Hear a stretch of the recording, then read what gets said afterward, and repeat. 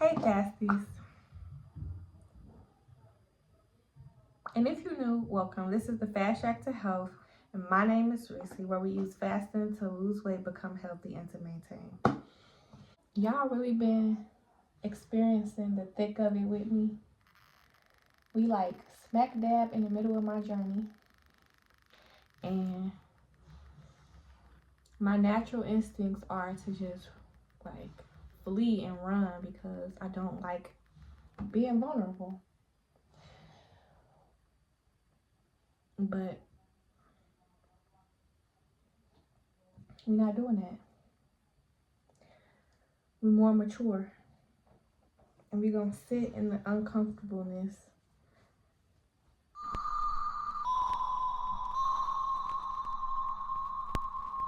I lost 30 pounds with rolling fast. I did a hybrid method of rolling 48s and 72s. And then I had to get my gallbladder removed.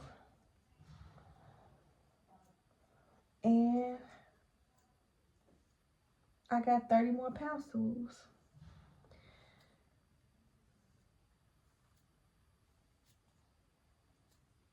And I'm struggling, y'all. I started my journey December 1st, 2023. Today is July 1st, 2024. 7 months into my journey. So I lost 30 pounds in 7 months.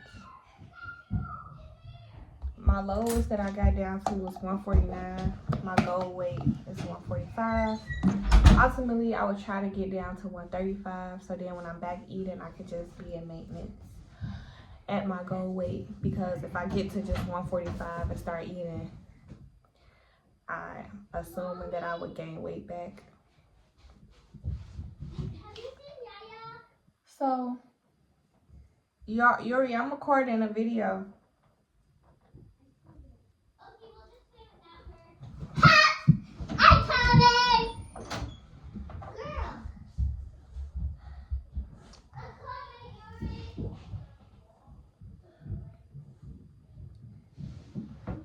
I keep holding on because I'm just like in this weird mid-pass spot where it's like I know what I need to do to get to where I'm trying to go, but man, it's very difficult.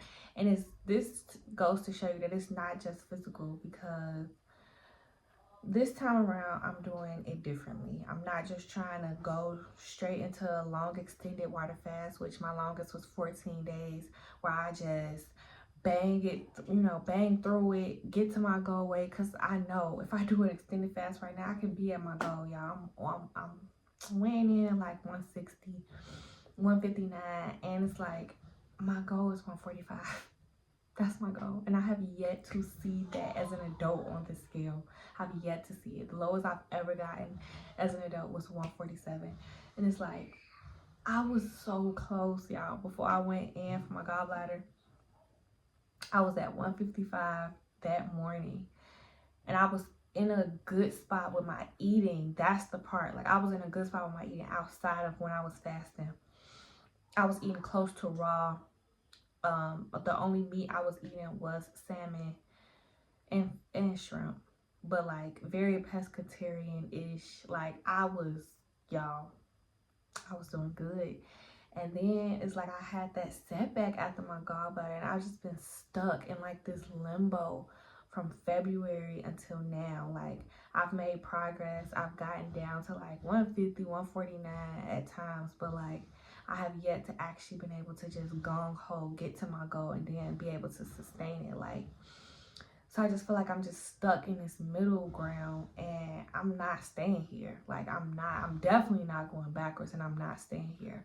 But this just goes to show you that it's not physical. It's not all physical. Like, this is hard. This is a hard spiritual and mental battle for me. I've been battling with, my weight and my eating habits for a decade, probably longer, because of course I was probably having, I was probably developing a bad relationship with food way before then, in my high school years, but not recognizing it as such because I was on the way up, so it wasn't an issue yet in my mind. So it's just like this is not gonna be quick fix like I wanted it to be. And while some people, they can be like, you know, enough is enough, I'm about to lose weight, they get on their journey and they got like 10 months of just, you know, putting in the hard work, and they don't have no stalls. But my journey has not been linear, and it's definitely not been without like pauses. One thing that I'm learning is I have to continuously persevere, and I'm so grateful. I feel like the Lord is really using my weight loss and my like relationship with food and trying to get better in that area of my life to grow me spiritually, because not only am I learning how to persevere in the flesh, but I'm learning how to persevere spiritually. Because it's like, but it seems like it's all so simple. Like I have all the tools and the knowledge that I need to accomplish it, yet physically it is hard. Like when I tell y'all breaking down, like it's like I know in this moment where I want to cave while I'm fasting, that this too shall pass. Like I've experienced this multiple times before. If I just keep going, it will go away. It comes in waves, and I just can't break it or can't fight it, or it feels so heavy. And then I'm able to notice where I'm trying to reach that ain't God for help and comfort and security. And it's like, even if it's a simple phone call to my husband at work, it's like, are you getting on your knees and, you know, just laying it before the Lord? Because like it's too much for me to carry. I'm at the end of myself, and I have been doing that.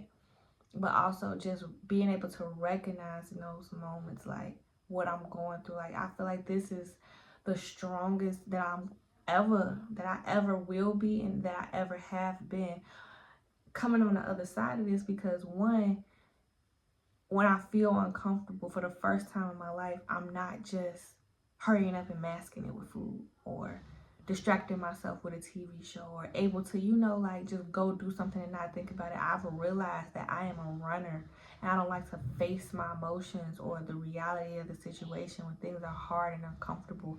And with fasting and being stuck in the middle of this journey, and me knowing that I'm not going backwards, but trying to figure out what I need to do to push forward to where I'm trying to go, I've been having to deal with that like head on, and it's not easy.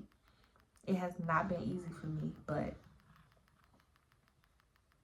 I'm doing it. I'm about to show y'all a clip of like in real time, like I was breaking down. Like I was fasting. It was day 2 of a fast day, and I had made it through the morning portion of the day. I was smack dab in the middle of the day after my kids' track meet, and I'm like,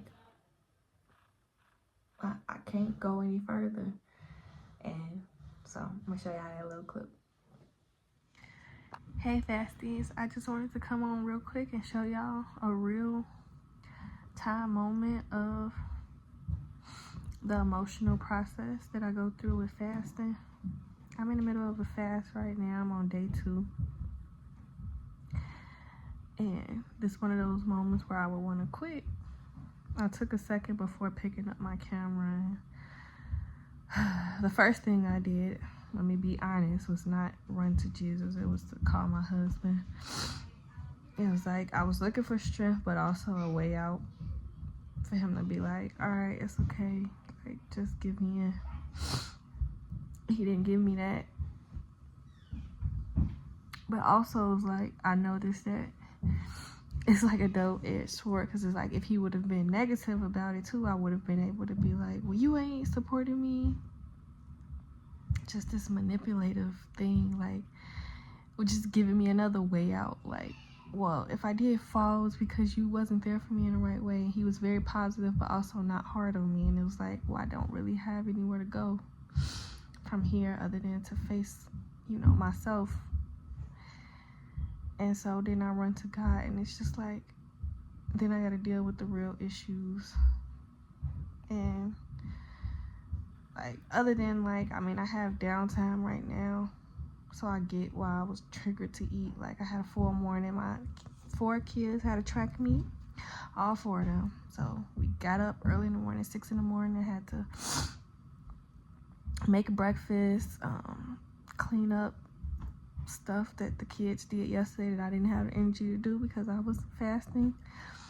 Get us all out the house, stop at the gas station, get ice for the cooler, haul the cooler in with 4 kids, be there, be their support during their track and meet, left there, went to get a car wash,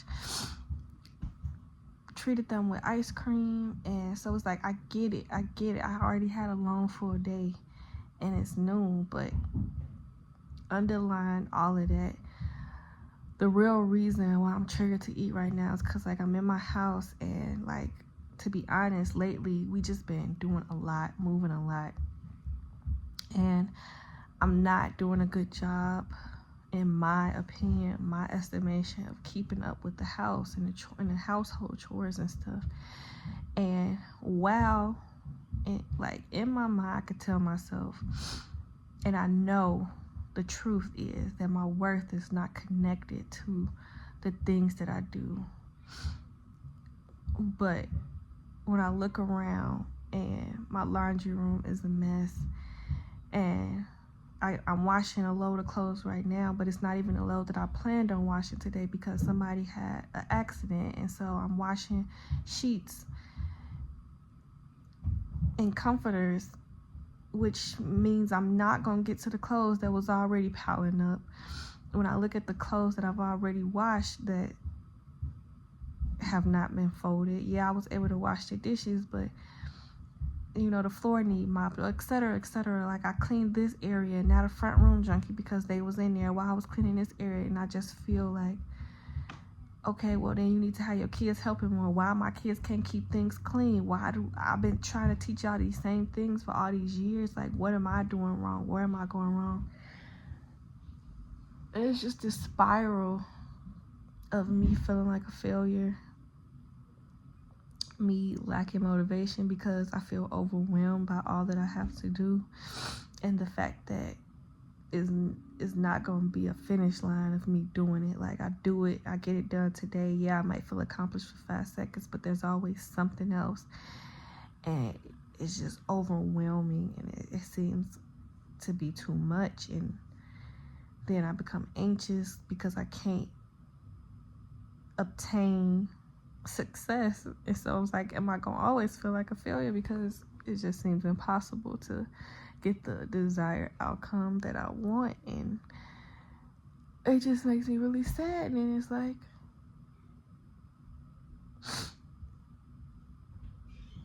outside of me laying it down at God's feet, which I did, and then came on here, turned my camera on to share with you, like, I don't know how to fix that.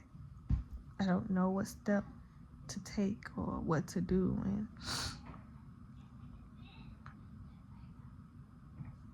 hey fasties, so I'm just sitting here thinking, and I'm like, let me just come talk and record this video because this is like one of the hardest things that I've ever had to do, because honestly, when you think about it, I've been giving y'all one of the most vulnerable sides of myself, because this is like one of the weakest areas of my life.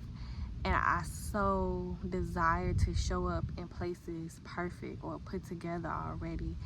And the fact that I tethered my YouTube channel, which I want to be successful and that I have to be consistent in to be successful, is tethered to me showing up. And I don't like to show parts of me that's not put together. And I think that is really crazy. Not crazy in a negative way, but crazy that, one, I was even drawn to this in the first place, because it's pushing me to be uncomfortable, which is something that I already don't like being. And then I feel like it's only going to help grow me in an area that I'm weak in, but I don't like to show my weaknesses to people. And it's like, I'm very much okay with weakness and understanding that you have to push through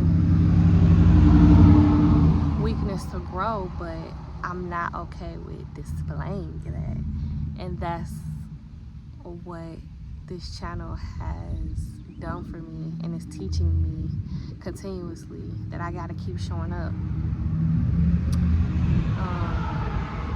that it's okay not to be perfect. It's more than okay not to be perfect. No one is perfect, and imperfections is a part of life, and I can't just, I gotta be honest, show up in my imperfections and still feel worthy of love or acceptance. And I feel like that's one of the reasons why I mask or try to show up all put together already, because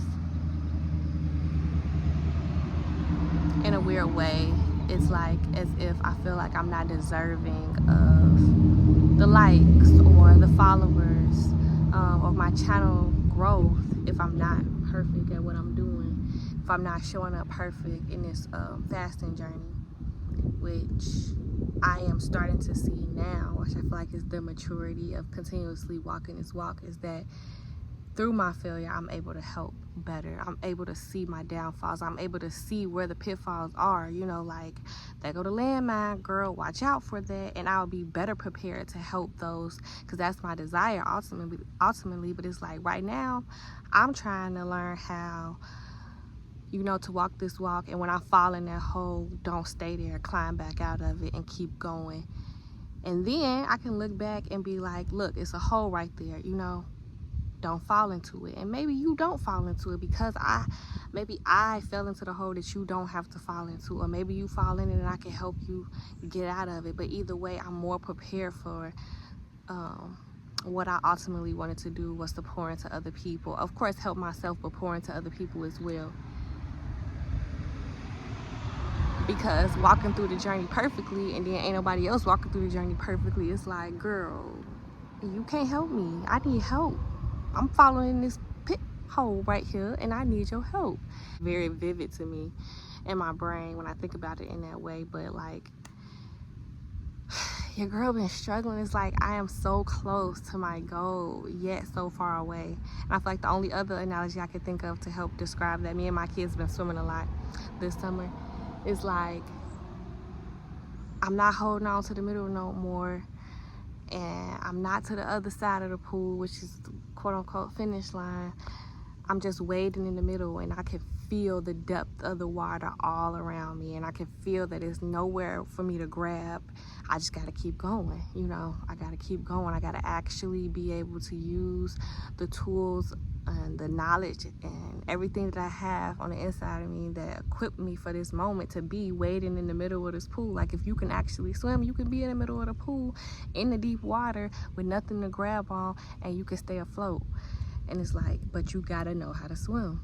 And that's kind of how I feel right now. It's like, I can stay afloat. I can stay afloat. I know the things that I need to do to keep going. I just need to keep doing it and keep going and not panic and, you know, drown, so that I can make it to the other side. And then I can really help somebody go from holding on to the side over there to being able to get to the middle, wading in that water, and get to the finish line where I ultimately was able to go. All that to say, y'all, I'm really over this mental block of I gotta be perfect, or I'm a failure if I don't show up perfectly at things, and then running away and cowering away from it. Like, I'm so over that. I'm so over that season. And mentally, I know I need to like grow up from it. And so here's me growing up from it in real time.